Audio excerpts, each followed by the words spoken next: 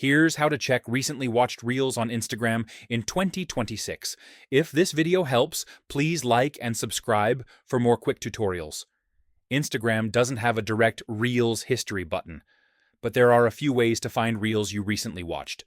First, open Instagram and tap your profile icon. Tap the three lines in the top right.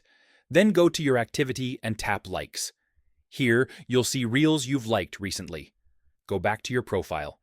Tap the three lines again and select Saved. Any reel you saved will appear here. Tap the search icon, then tap the search bar at the top. You'll see recent searches that can help you find the reel again.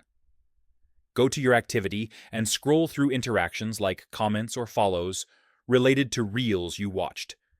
To easily find reels later, always like or save them while watching. And that's it. That's how you find recently watched reels on Instagram. Subscribe for more Instagram tips.